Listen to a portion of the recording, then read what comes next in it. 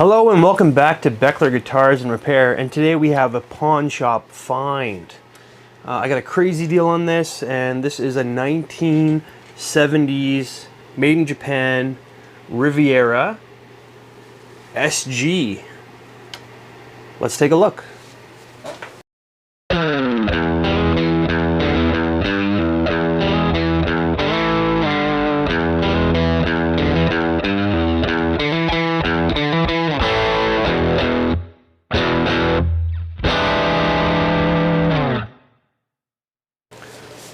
Alright, not a lot of information about this brand or this guitar online. I couldn't even find another example that looks like this anywhere online. This company, Riviera, was made by the Sakai Moko company out of Japan, and they made guitars in the 1960s and into the 1970s a little bit. So if we were dating this thing, it would be between 1960s and maybe mid 1970s. I tend to think it's more 70s just by the hardware style.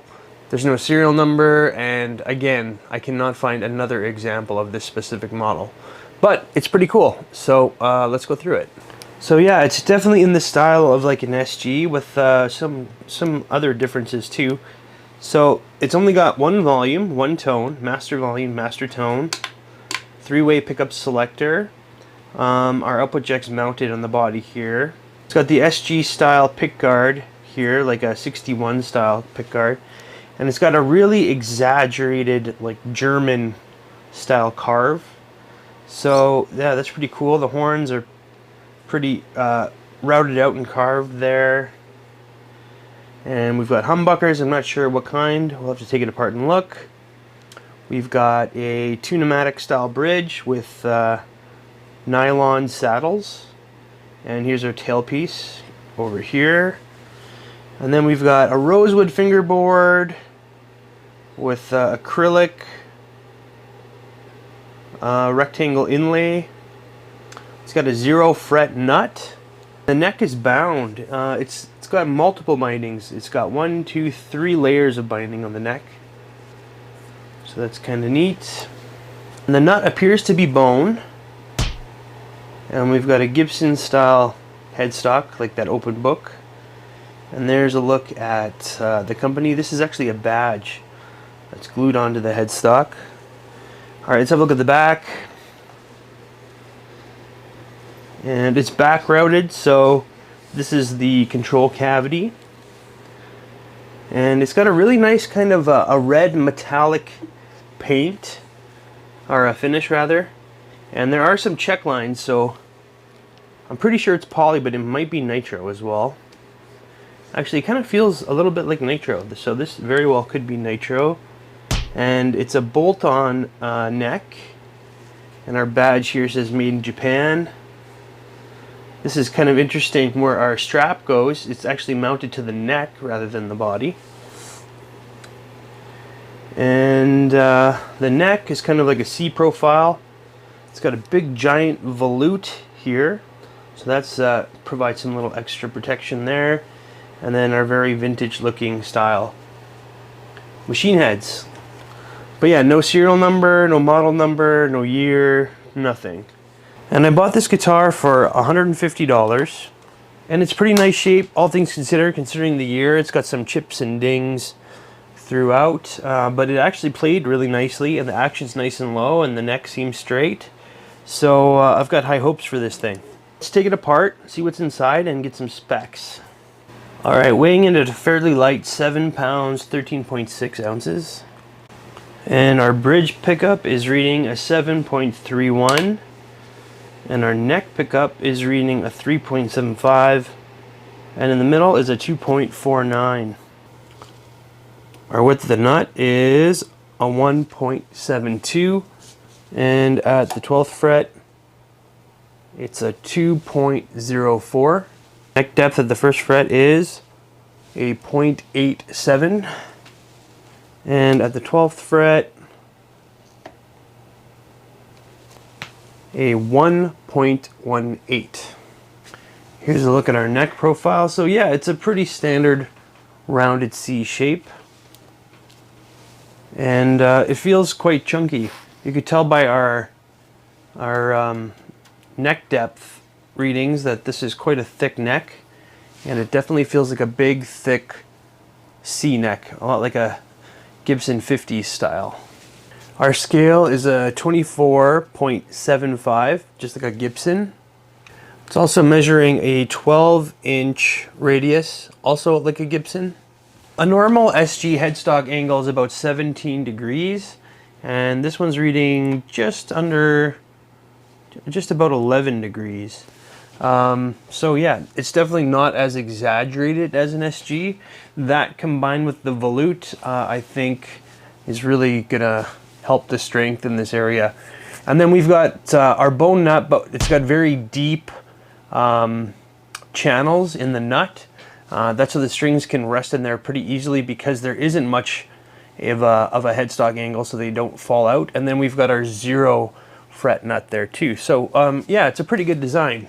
This thing's actually got metal pickup rings, which is different, but kind of cool. Let's have a look at the pickups. So yeah, just kind of gold back pickups. You see this on import guitars a lot of the time. There's no branding or anything on there. And same with the back pickup. They look old, so they very well may be original, but yeah, there's no model or branding on them at all. And our pickup routes actually look pretty good here.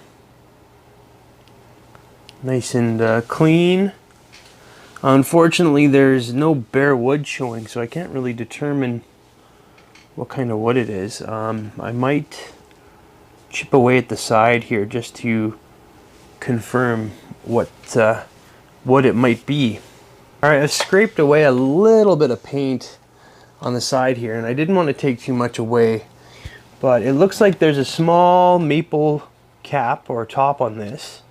And then the wood gets kind of darker and has kind of the same similar grain as like a mahogany. So I'm assuming this has a maple cap with a mahogany body. So under the pickguard there is some routing as well. So you can see they routed all that out just to put the wires from the three-way switch and the pickups to the back. I think a better idea would have been just to put the switch back here by the two controls, and then you wouldn't have to route this. But hey, that's just what they decided to do. And over here, you can see a little bit more of the grain on the wood at the bottom, and it does look like mahogany. Here's a look at the bridge. So yeah, it's kind of cool. It's gold hardware. It's got the nylon saddles, and it's nice and straight. It hasn't collapsed at all over the years. And it's stamped at the bottom, HTF bridge. And then we've got our little wheel screws where the bridge mounts to adjust your height. And I really like the tailpiece. The tailpiece cannot be removed. And why should it be able to? Because you really don't need to remove your tailpiece. So you don't have to worry about it falling it off when you're changing strings or anything else like that. It's literally just the screws are through the sides of the tailpiece and it just sits like that. It's adjustable as well with these screws. But yeah, it's a neat design. Alright, here's a look at the wiring. The wiring looks pretty standard for a 70s Japanese era guitar. Everything kind of just looks normal. We've got full-size pots, and yeah, the wiring and the soldering all looks pretty clean, and our route looks clean as well. Alright, I took the neck off just to see if there was anything interesting in the neck pocket, but nothing but a big number 2. That's it. And it looks like there is a small shim in there. I'm just going to leave it because it was playing quite nicely, so I don't really want to mess with the playability. And then the neck, looks like there's maybe a number 6 on there over the paint. And nothing else to speak of. Alright, here's a look at our headstock, which has 4-ply binding all the way around, which is kind of cool. The pick guard is also 4-ply, as well as our truss cover here. So that's yeah, some nice 4-ply binding. There's a look at our truss rod. It appears to be a dual action style. And let's just try it out here. And yeah, it's nice and responsive, turns nicely. And yeah, here's a look at our frets. They're nice and shiny because I ran it through the fret buffer. And I hydrated the fingerboard too, so now it's nice and dark and you can really see those red streaks. This is appears to be a Brazilian rosewood fingerboard, which is common on a lot of 70s Japanese electrics. Yeah, really nice green on that. And then condition wise, this thing's in pretty decent condition. Like, there's definitely scrapes and dings throughout. On the body you can see a bunch of dings. It looks like someone has finished a few of these dings with like a finishing pen, but that's alright because even though they're still visible, they look like they're finished over, so there's no chance of the wood getting moisture in there and swelling and causing more problems, so it's a bit of a bonus.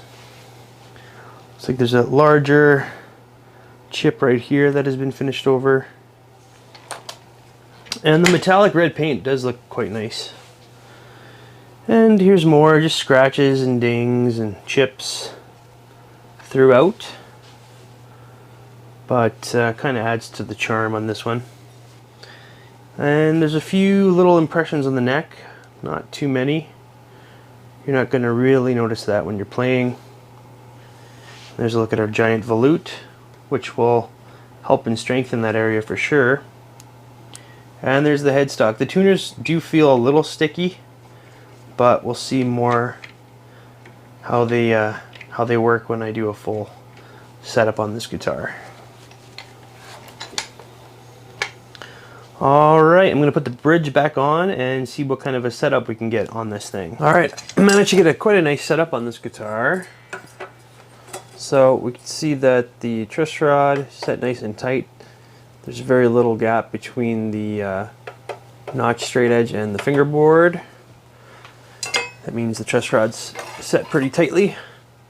And then over here on the 3rd fret, you can see that when I use the 3rd fret, you can see the string just resting very nicely against the 0 fret.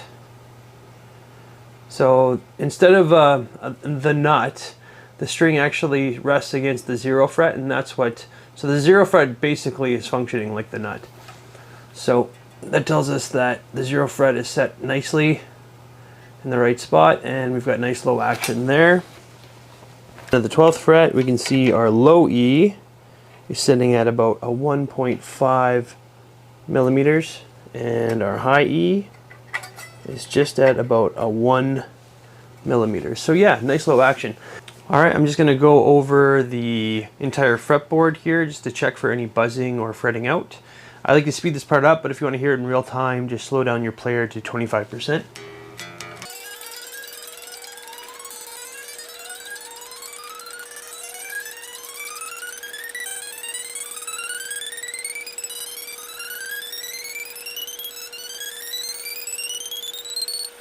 Alright, so yeah, even with that nice low action on this 60s guitar, we can hear there's no fretting or buzzing anywhere. So yeah, that's great. That means our frets are nice and level and everything's kind of set up as it should be. Also, yeah, the neck, because it is bound, you don't have those bottom of the tang of the frets that can stick out. So yeah, it's nice and smooth like a Gibson. Very similar in that respect. And yeah, it seems to play great. Bends really easily now that the frets are all polished as well. Alright, so let's plug it in and see how it sounds. Alright, we're doing a bit of a sneak peek today. So because the guitar that I'm using is very likely a mid-60s guitar, why don't we use my brand new 1965 Fender Bassman to check it out. So yeah, I just got this amp and I'm going to be doing a full video on it soon, but let's use it today for the sound demo. Okay, I'm using an SM57 mic'd up to a 1965 Fender Bassman, and I just got the Bassman set up just to the edge of breakup for clean. And then for overdrive, I'm going to be using my Jim Jones germanium overdrive, which is a lot like a 60s style overdrive as well. So everything we're playing is going to be very 60s sounding. So okay, let's go ahead and get started.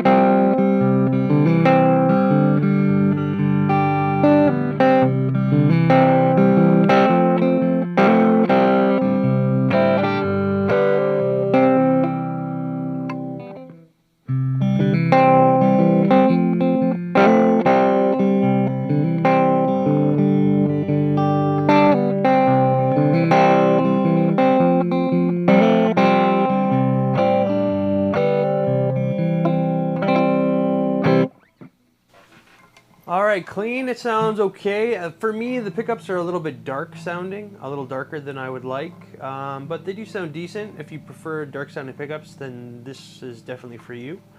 And one other thing I'm having a little bit of trouble with is if you can see the nut. So the nut, I have confirmed this is a plastic nut because I just used my Dremel tool on it and it was melting. It wasn't flaking off like a bone nut should. So yeah, definitely plastic nut, but the way that it's cut is a little bit bizarre because a normally cut nut, you would have the strings a little bit further apart. Like the low E string is quite a fair ways inward on the fretboard. So as a result, same with the high E. So as a result, all the strings are really squished together. So even though this is kind of a regular sized neck in terms of width, the string spacing is so close together that it's a little difficult for me to play. I've got bigger fingers, so yeah, it's definitely an obstacle, even though the neck is kind of the regular size as a normal guitar. So you could always replace the nut and recut the string slots to make that a little bit better for you. Or if you have smaller fingers, this might be easier to play. But for me, it's a little tougher. All right, let's go ahead and try it out with a little bit of distortion.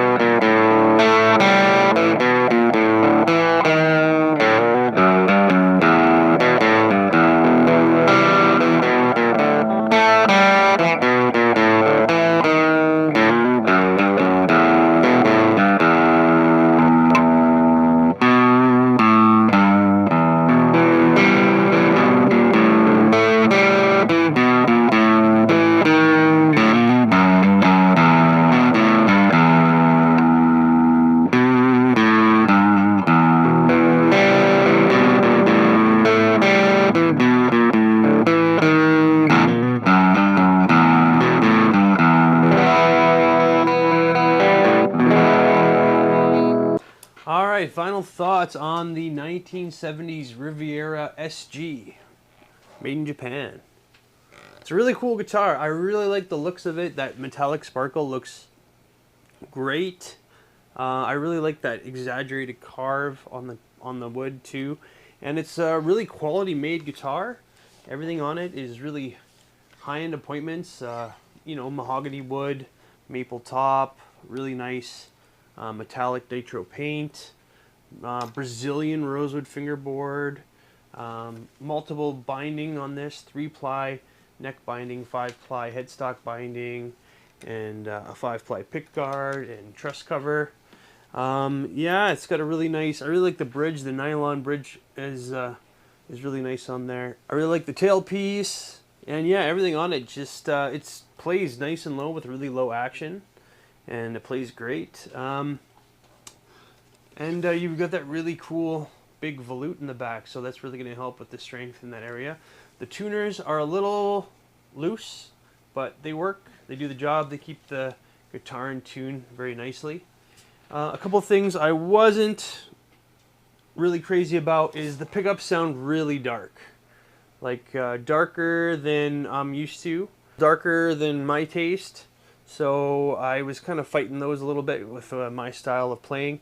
And another thing is this is going to be great if you have smaller hands. Even though the neck measures a little bit chunkier and a little bit, you know, it's a regular size neck, because the nut string spacing is cut that way, that you lose a little bit of that real estate on the neck, and the strings are pretty close together. So I was having a little bit of trouble playing this one because I've got really big hands and fingers.